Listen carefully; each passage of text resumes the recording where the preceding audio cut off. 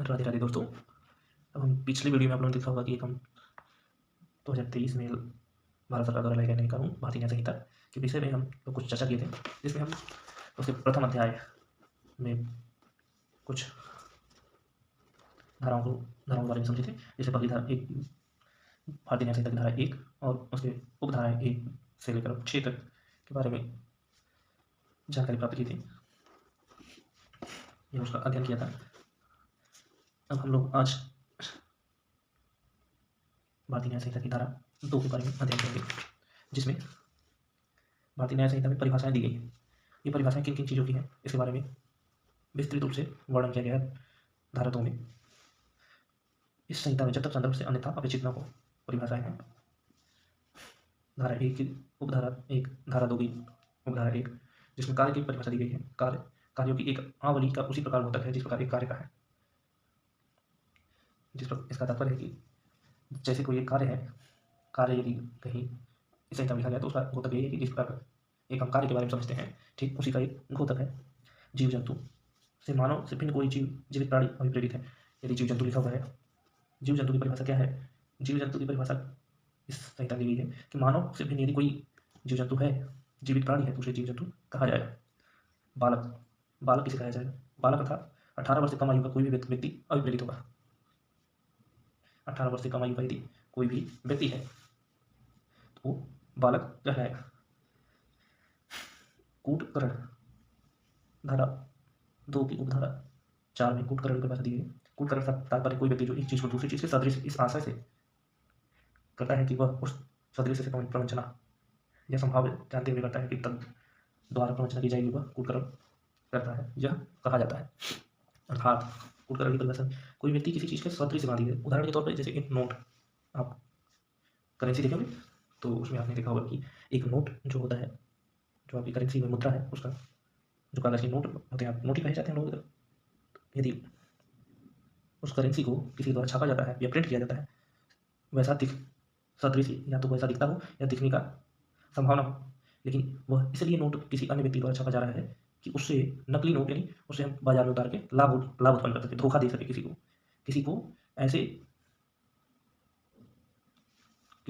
नकली नोटों का प्रयोग करके हम धोखा दे सके, प्रवंचना दे सके, इस आशय से यदि किया जाता है तो यह कूटकरण कहलाता है। कूटकरण का एक उदाहरण और भी है, जैसे आप देखे होंगे कई बार दस्तावेज, ऐसे सारे दस्तावेज होते हैं जिसपे लाभ प्राप्त करने के उद्देश्य से कोई भी व्यक्ति किसी अन्य दस्तावेज को करता है, उसका सेम या उस तरह का दिखने वाला सदृश दस्तावेज बनाकर प्रस्तुत करता है और उसका आशय लाभ प्राप्त करना होता है। जैसे आप उदाहरण तौर पर एक जमीन के कागजात या जमीन की रजिस्ट्री हो, उसको आप देख सकते हैं कि उसकी झूठी रजिस्ट्री या नकली रजिस्ट्री सदृश बनाकर न्यायालय में प्रस्तुत करना या किसी अन्य जगह प्रस्तुत करना जिससे उसका लाभ उठा सके, यह एक क्या है? कूटकरण करना है। ठीक, इसमें स्पष्टीकरण कूटकरण के लिए आवश्यक नहीं कि नकल ठीक वैसे ही होनी चाहिए। मतलब कूटकरण के लिए जो भी चीज़ें जैसे नोट बनाई गई नकली नोट है, तो यह जरूरी नहीं है कि सेम जो हमारी ओरिजिनल 200 की नोट है वैसी ही सेम टू सेम नकल की गई हो। दूसरा स्पष्टीकरण इसमें दिया गया है कि जबकि कोई व्यक्ति एक चीज़ को दूसरी चीज़ के सदृश कर दे, और सदृश ऐसा है कि तो किसी व्यक्ति को प्रवंचना हो सकता है, धोखा हो सकता है, प्रवंचना अर्थात धोखा हो सकता है, तो जब तक कि प्रतिकूल साबित न किया जाए, यह उपधारा की जाएगी कि जो व्यक्ति एक चीज़ को दूसरी चीज़ इस प्रकार सदृश बनाता है, उसका आशय उस सदृश द्वारा प्रवंचना करने, धोखा देने या यह संभाव्य जानता की तरफ प्रवंचना की जाएगी, या वह चीज़ जानता है कि इसके माध्यम से धोखा दिया जा सकता है। ठीक, आगे चलते हैं। अगला है न्यायालय। न्यायालय क्या है? न्यायालय से न्यायाधीश, जिसे न्यायिक कार्य करने के लिए विधि द्वारा अकेले ही सशक्त किया जाता है। न्यायालय का क्या अर्थ है? हम लोग ज़्यादातर बोलते रहते हैं न्यायालय जा रहे हैं, लेकिन कई बार आपने ध्यान दिया होगा कि न्यायालय में क्या होता है, किसी नाम से न्यायालय होती है। आप न्यायालय देखेंगे बहुत सारे, जैसे कचहरी में चले जाए, कहीं पर जहाँ न्यायालय कार्य होता है, न्यायालय के कार्य होते हैं, वहाँ पर यदि आप चाहते हैं तो आपको देखेंगे ढेर सारे न्यायालय हैं, बहुत सारे आपको न्यायालय मिल जाएंगे। तो इसका तात्पर्य यह है कि न्यायालय से वह न्यायाधीश का है, मतलब न्यायाधीश जहाँ बैठता है उसे न्यायाधीश का, जिसे न्यायिक कार्य करने के लिए विधि द्वारा अकेले ही सशक्त किया है, मतलब विधि द्वारा अकेले ही ऐसे स्थान पर बैठकर न्यायालय के न्यायिक कार्य करता है, ऐसा न्यायाधीश उसे न्यायालय कहा जाता है। और यह उस न्यायाधीश के नाम पर ही न्यायालय का नाम होता है। आप जैसे देखेंगे कई बार, जैसे न्यायाधीश का नाम महेंद्रपाल है, तो और प्रथम श्रेणी के न्यायाधीश हैं, तो प्रथम श्रेणी न्यायिक मजिस्ट्रेट महेंद्रपाल, या महेंद्रपाल प्रथम श्रेणी न्यायिक मजिस्ट्रेट इस नाम से आपको देखने को मिल जाएंगे। ठीक, अगली उपधारा आते हैं 6 नंबर, मृत्यु। मृत्यु जब तक कि संदर्भ के तक प्रतिकूल प्रतीत न हो, मानव की मृत्यु का विपरीत है। मृत्यु मृत्यु की बना करिए, या जब मृत्यु स्टार्ट पर है कि जब तक प्रतीत न हो, मतलब वहाँ को महसूस न हो कि सामने वाला व्यक्ति जो है श्वसन क्रिया उसकी समाप्त हो गई है, या मानव की मृत्यु विपरीत मानव जो है अपनी नित्य क्रिया श्वसन क्रिया उसकी संपूर्ण रूप से समाप्त हो चुकी, हृदय रुक चुका हो, उस अवस्था को अपन मृत्यु कहते हैं। बेईमानी, आपने ये शब्द कई बार देखा सुना होगा और इसके बारे में अच्छे से भी जानते होंगे संभवतः, फिर भी हम ये हमारी भारतीय न्याय संहिता की धारा 2 की उपधारा 7 में परिभाषित की गई है, जिसे बेईमानी से जो इस आशय से कोई कार्य करना अप्रेरित है जो एक व्यक्ति को सदोष अभिलाभ कार्य करे या अन्य व्यक्ति को सदोष हानि। आप बेईमानी का यही आशय है, किसी एक व्यक्ति को लाभ प्राप्त करने के लिए दूसरे व्यक्ति को हानि पहुंचाया गया हो तो उसे बेईमानी कहा जाता है। लाभ पहुंचाने के लिए सदोष लाभ अभिलाभ या सदोष हानि। सदोष मतलब दोषपूर्ण, गलत तरीके से लाभ पहुंचाया गया। बेईमानी का तात्पर्य यही है कि किसी व्यक्ति को गलत तरीके से लाभ पहुंचाने के लिए किसी अन्य व्यक्ति को गलत तरीके से हानि पहुंचाया गया, जिसे हम बेईमानी कहते हैं। आगे आते हैं दस्तावेज। ये कोई भी विषय का अभिप्रेत है जिसको किसी पदार्थ पर अक्षर अंकों या चिन्ह के साधन द्वारा या उनसे एक से अधिक साधनों द्वारा अभिव्यक्त या वर्णित किया गया हो, और उसके अंतर्गत ऐसे इलेक्ट्रॉनिक या डिजिटल अभिलेख भी हैं जो उस विषय के साक्षी के रूप में उपयोग किए जाने को आसाइत हो या उपयोग किया जा सके। दस्तावेज जो एक अभिनय यह एक महत्वपूर्ण परिभाषा है। इसमें ध्यान देने वाली बात यह है कि दस्तावेज पहले किसे कहेंगे। दस्तावेज से तात्पर्य है कि किसी भी पदार्थ पर, ऐसा कोई भी पदार्थ है जो कहीं भी पत्थर हो सकता है, बहुत सारी चीज़ें हम देखेंगे, पत्थर हो गए, कोई भी पदार्थ, आपको कोई भी पदार्थ ऐसा मिले जिस पे आप क्या कर सकते हैं, अक्षरों लिख सकते हैं, अक्षर अंकित कर सकते हैं, अंक लिख सकते हैं, अंक बना सकते हैं, या चिन्ह के द्वारा उनसे एक से अधिक साधनों द्वारा अभिव्यक्त मतलब अक्षर अंकित कर सकते हैं, अंकों द्वारा, अक्षर अंकों चिन्हों या उससे कई अधिक संसाधनों द्वारा अभिव्यक्ति करते हैं, या अपने विचार को या अपनी व्यक्ति को अपने विचार जो है उसको प्रदर्शित करते हैं या दूसरे के समक्ष करते हैं। किसी पदार्थ पर अंकित करके, अक्षर अंकों या चिन्हों के माध्यम से अंकित करके यदि हम अपने विचार को अभिव्यक्त करते हैं या वर्णित करते हैं तो उसे हम दस्तावेज कहते हैं। इन दस्तावेजों में नई चीज़ें ये जोड़ दी गई हैं कि इलेक्ट्रॉनिक्स और डिजिटल अभिलेख भी हैं। इलेक्ट्रॉनिक और डिजिटल अभिलेख भी मान्य होंगे। मतलब इलेक्ट्रॉनिक जैसे आप देखेंगे कई बार वीडियो बनता है, वीडियोज बनते हैं वो इलेक्ट्रॉनिक हो जाएंगे। कई बार सॉफ्ट कॉपी में आपने देखेंगे MS एक्सेल में है या अन्य चीज़ों पर बनी हुई चीज़ें हैं, वर्ड में है, टाइपिंग की गई चीज़ें, PDF है, तो ये सारी चीज़ें क्या हो जाती हैं, इलेक्ट्रॉनिक्स में डिजिटल अभिलेख हो गए, इलेक्ट्रॉनिक्स और डिजिटल अभिलेख हो गए। ठीक है, अब इसमें आता है स्पष्टीकरण। स्पष्टीकरण समझ सकते हैं, यह तत्वहीन है किसी साधन द्वारा किसी पदार्थ पर अक्षर अंक या चिन्ह बनाए गए किसी साक्ष्य कि साक्ष्य किसी न्यायालय के आसित है या नहीं, उसमें उपयोग किया जा सकेगा या नहीं। खैर इसका ऊपर कहने का मतलब यही है कि कोई भी पदार्थ है जिसपे अक्षर अंक या चिन्ह अंकित किए हों जो न्यायालय के लिए आसित हो या नहीं हो, उसे जरूरी नहीं है, लेकिन ये दस्तावेज हो सकते हैं। ठीक,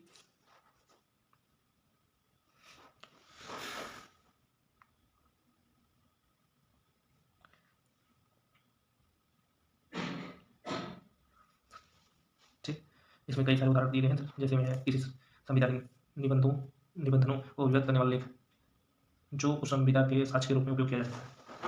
मतलब संविदा के नियम को अभिव्यक्त करने वाला कोई लेख लिखा गया हो तो साक्ष्य के रूप में जिसका उपयोग किया जा सकता है वो दस्तावेज है। जैसे बैंक कार का पर दिया गया चेक दस्तावेज है। बैंक कार, जैसे बैंक से कार खरीद लेते हैं तो उस समय दिए गए चेक जो है वो भी दस्तावेज के रूप में माने होते हैं।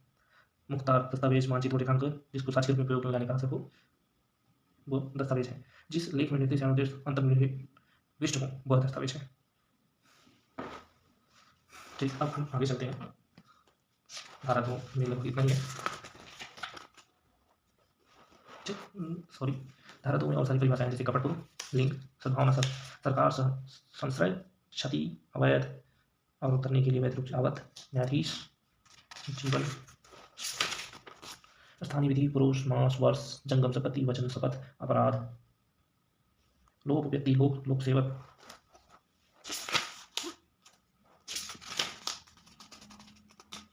चलिए आगे देखते हैं। कपटपूर्वक से कपट करने के आशय से कोई कार्य करना विपरीत है। कपट यानी छल करने के आशय से ऐसा कोई कार्य है, किसी को धोखा देने के आशय से किया गया कार्य कपट कहलाता है।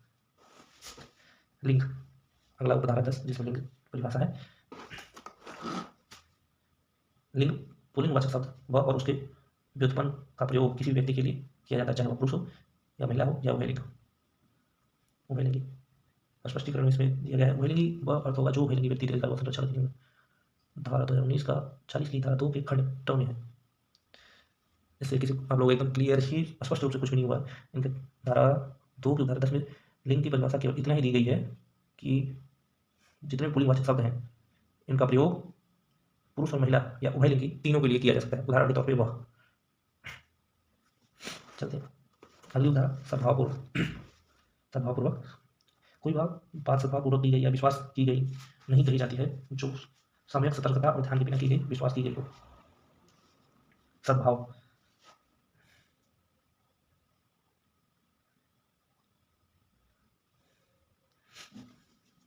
ऐसी कोई बात जो सद्भावपूर्वक की गई हो या विश्वास की गई हो। कोई भी कार्य जो है या बात जो है विश्वासपूर्वक की गई हो, या नहीं भी हो सकता है, विश्वासपूर्वक नहीं भी किया जा सकता है।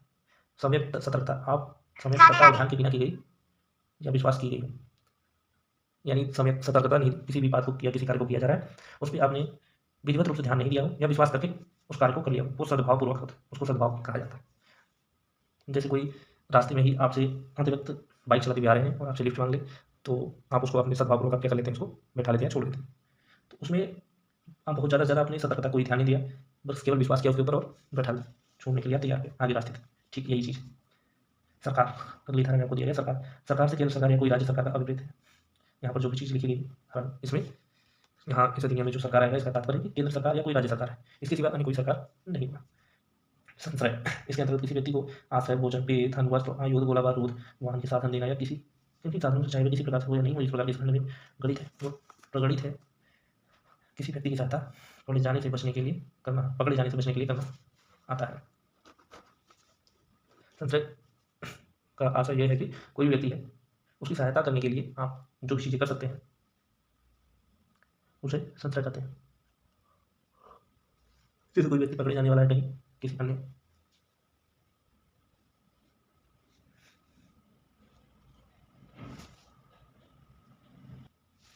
संश्रय में जैसे आप आश्रम, किसी आश्रम में आप चले गए हो तो वहाँ आपको खाने पीने, भोजन करने का हर चीज़ की और आपकी सारी सुविधाओं की, सभी चीज़ों का ध्यान रखा जाता है आपको बचाने के लिए।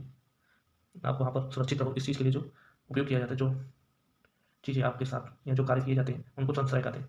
संश्रय का मुख्य तात्पर्य यही है कि आपको किसी को आश्रय देना और भोजन, पानी, जल, वस्त्र इत्यादि के साथ। अगला आता है उपधारा 14 जिसमें क्षति की परिभाषा दी गई। क्षति से कोई अपहानि विपरीत है, जो किसी व्यक्ति के शरीर, मन, ख्याति, संपत्ति को अवैध रूप से कार्य करती है। क्षति से अपहानि मतलब क्षति का तात्पर्य यह है कि किसी व्यक्ति को किसी न किसी प्रकार से नुकसान यानी हानि हुआ हो, उसे क्षति कहते हैं। जैसे किसी व्यक्ति को शारीरिक हो सकता है, मारपीट से खून निकला हो, हाथ खराब हो गया, पैर टूट गया हो, ये शारीरिक हानि हो जाएगी। उसके साथ मन की क्षति, उसके मनोबल पर बहुत प्रभाव पड़ता है, उसकी कार्य क्षमता में गिरावट आई हो, वो कार्य कर ही न सके, या फिर वो जहाँ भी जिस कार्य के लिए करने जाता है वो कार्य करने सक्षम न हो, या मन न लगे, कुछ न कर सके उसमें, उसकी जो मनोशक्ति वो समाप्त हो जाए, मन की ख्याति खत्म। या फिर संपत्ति वो अवैध रूप से कर सब, या फिर संपत्ति जो है उसको नुकसान पहुँचाए, जैसे किसी का घर दुकान मकान वगैरह इसको जला दी, तो ये उसके लिए क्षति की मानी जाएगी। ठीक, क्लियर हो गया। चलिए अगली उदाहरण चलते हैं। अवैध और करने के लिए वैध, अवैध, ये दो चीज़ें हैं इसके बारे में परिभाषित है। अवैध शब्द का अर्थ प्रत्येक उस बात को लागू है, अवैध शब्द जो अपराध या विधि द्वारा प्रतिषिद्ध हो या जो सिविल कार्रवाई के लिए आधार उत्पन्न करती हो। कोई व्यक्ति उस बात को करने के लिए वैध रूप से अवैध कहा जाता है, जिसका लोभ करना उसके लिए अवैध है। अवैध का तात्पर्य अवैध शब्द प्रत्येक उस बात को लागू करता है जो अपराध हो, किस प्रकार का अपराध हो, जो कानून के विरुद्ध किया गया कार्य हो, वो क्या होगा, अवैध होगा। कोई भी कानून बनाया गया उसके खिलाफ कोई कार्य करते हैं, जैसे आप बिना लाइसेंस के शराब बेचने लग जाए, ये अवैध कार्य है। ठीक इसी प्रकार है, बिना लाइसेंस के आप बार खोल लें, ये अवैध कार्य है। बिना लाइसेंस के आप बिजली के मोटर लगा चला रहे हैं, बिजली चला रहे हैं, ये अवैध हो जाएगा। यदि आपने बिजली में कनेक्शन नहीं लिया और आप बिजली चला रहे हैं तो ये अवैध कार्य है। ठीक, अवैध के बारे में आप समझ में आएगी। अभी करने के लिए वैध रूप से अवैध, यानी जिस कार्य को, किसी भी कार्य को करने के लिए किसी को आबद्ध किया गया है, मतलब ये कार्य आपको करना ही है।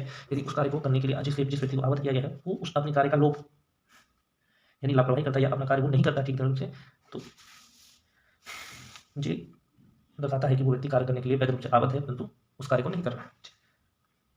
न्यायाधीश, ऐसा व्यक्ति जो आपराधिक तौर पर न्यायाधीश के रूप में अभिहित किया गया, इसके अंतर्गत कोई भी आता है जो किसी विधि कार्य में चाहे वह सिविल व दंडिक अंतिम निर्णय या किसी निर्णय जिसके विरुद्ध अपील न हो या अंतिम हो जाए, या ऐसा निर्णय जो किसी अन्य अधिकारी द्वारा पुष्ट किए जाने पर अंतिम हो जाए, देने के लिए विधि द्वारा सशक्त किया गया हो।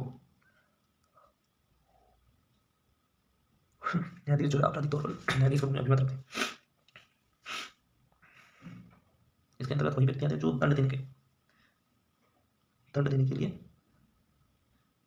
उनको सशक्त किया गया हो, विधि द्वारा सशक्त किया गया हो, या दंड के अंतिम निर्णय या ऐसा निर्णय जो उनके ऐसे निर्णय दे सकते हैं जिसके विरुद्ध वो अपील भी कर सकते हैं, या इनका निर्णय और अंतिम निर्णय होगा, इनके द्वारा दिया गया निर्णय अंतिम निर्णय होगा, या अपील कर सकते हैं, या अन्य किसी प्राधिकृत द्वारा पुष्ट किए जाने पर अंतिम हो जाए, इस विधि द्वारा हो जाए थे। इसकी जिस ऐसे व्यक्ति को न्यायाधीश कहते हैं। जो उस व्यक्ति निकाय में से एक हो, उस व्यक्ति निकाय ऐसा निर्णय देने के लिए विधि द्वारा सशक्त किया गया हो। जो उस व्यक्ति निकाय में से एक हो, जो व्यक्ति निकाय ऐसा निर्णय देने के लिए विधि द्वारा सशक्त किया गया। उदाहरण के तौर पे आप देखो, जैसे जो उस व्यक्ति निकाय में से एक हो, अर्थात हमारे जैसे पुलिस विभाग में पुलिस अधीक्षक महोदय हमारे ही निकाय के एक हैं, जो व्यक्ति निकाय ऐसा निर्णय देने के लिए विधि द्वारा सशक्त किया गया, मतलब विधि द्वारा जो नियम द्वारा सशक्त किया गया निर्णय, उनके द्वारा दंड दिया जा सकता है, या कोई अंतिम निर्णय किसी अन्य मामले में, किसी ऐसे मामले में जिनकी निकाय संबंधी चल रहे, ऐसे मामले में देखे होंगे आप लोग कि पुलिस अधीक्षक महोदय निम्न स्तर, अब इंस्पेक्टर रैंक के नीचे के जो अधिकारी होते हैं उनको सजा देने की,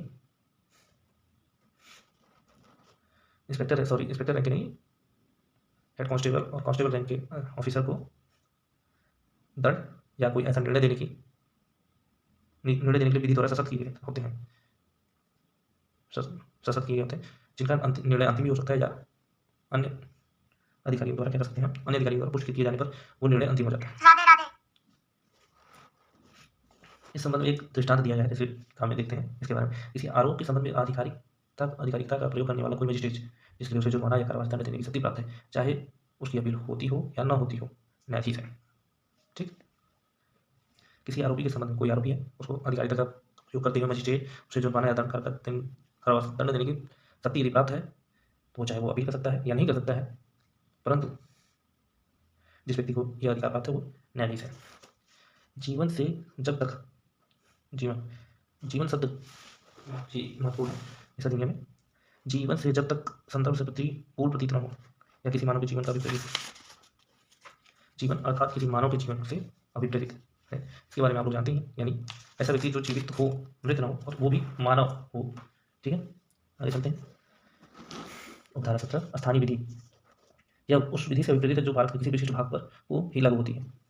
जैसे अभी आप बहुत पहले देखे होंगे, संविधान की धारा अनुच्छेद 370 के तहत जम्मू एंड कश्मीर में वहाँ के अलग नियम, उस क्षेत्र के अलग नियम चलते थे, तो वो एक प्रकार का हमारा हो गया था स्थानीय विधि, यानी उस स्थान का विधि या कानून था। ऐसे ही आपको पूर्वोत्तर राज्यों में कई जगहों पर आपको मिल जाएंगे, जिनमें कई ऐसे छोटे छोटे जगह हैं या जिले हैं जहाँ पर स्थानीय विधि आज भी लागू है। ठीक, पुरुष, उपधारा 19, जिसमें पुरुष से किसी भी आयु मानव नर अभिप्रेरित है। पुरुष का तात्पर्य है कि किसी भी आयु के व्यक्ति हो जो मानव रूप में नर हो, उससे पुरुष कहेंगे। मास वर्ष, जहाँ किसी मास शब्द या वर्ष का प्रयोग किया गया है वहाँ यह समझा जाएगा कि मास यानी माह की गणना ग्रिगोरियन कैलेंडर के अनुकूल ही की जानी है। ग्रिगोरियन कैलेंडर यानी ग्रिगोरियन कैलेंडर का तात्पर्य है कि अब अंग्रेजी कैलेंडर जो है उसके ही अनुकूल किया जाएगा। ठीक है, जंगम संपत्ति के अंतर्गत, जंगम संपत्ति किसे कहते हैं? ऐसी संपत्ति जो चल नहीं सकती, एक स्थान से दूसरे स्थान पर प्रतिस्थापित नहीं हो सकती, उन्हें जंगम संपत्ति कहते हैं। जंगम संपत्ति के अंतर्गत भूमि और वे चीजें जो भूबद्ध हो या भूबद्ध किसी चीज से अस्थायी रूप से जकड़ी हो, इसके सिवा प्रत्येक प्रकार की संपत्ति आती है। ठीक है,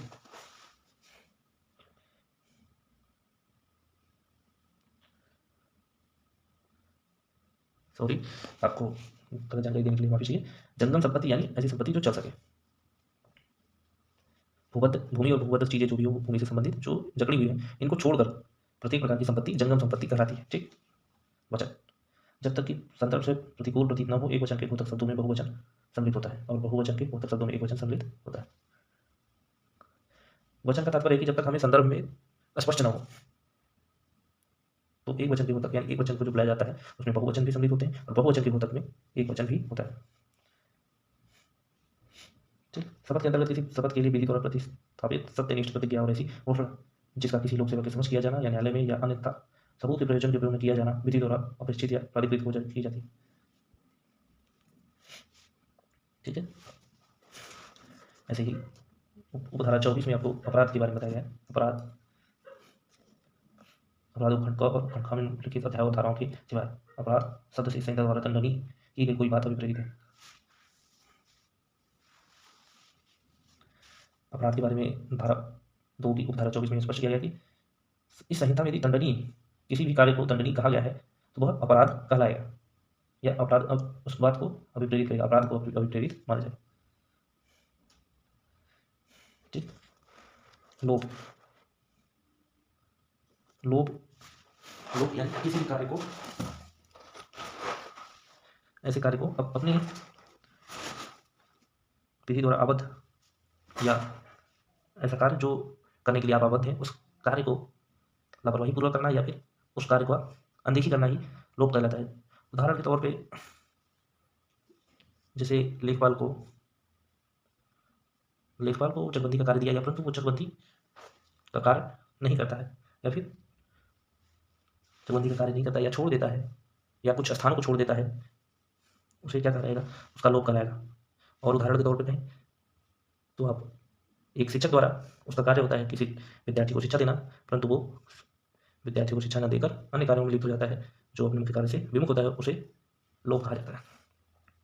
उपधारा 26 में व्यक्ति को परिभाषित किया गया, इसके अंतर्गत कोई भी कंपनी, संगम या व्यक्ति निकाय, चाहे वह निगम हो या कोई भी, ये सभी आते हैं। उपधारा 27 लोक को परिभाषित किया गया, इसके अंतर्गत कोई भी वर्ग या कोई भी समुदाय आ सकता है। लोक सेवक ऐसा कोई व्यक्ति जो निम्नलिखित कठिन है। लोक सेवक वे लोग कहलाते हैं जो जनता की सेवा करने के लिए किसी न किसी प्रकार से आबद्ध है, जैसे में सेना, नौसेना, वायुसेना के प्रत्येक आयुक्त अधिकारी, प्रत्येक न्यायाधीश, जिसके अंतर्गत ऐसा कोई भी व्यक्ति जो किसी न्याय निर्णय कृत्य को चाहे स्वयं या व्यक्तियों के किसी निकाय के सदस्य के रूप में निर्वहन करने के लिए विधि द्वारा सशक्त किया गया। ठीक है दोस्तों, आज के लिए इतना ही, फिर आगे मिलेंगे। मेरा वीडियो कैसा लगा आप लोग कमेंट करें, इससे मैं अपनी सुधार कर सकूँ इसमें। ठीक है, धन्यवाद, राधे राधे।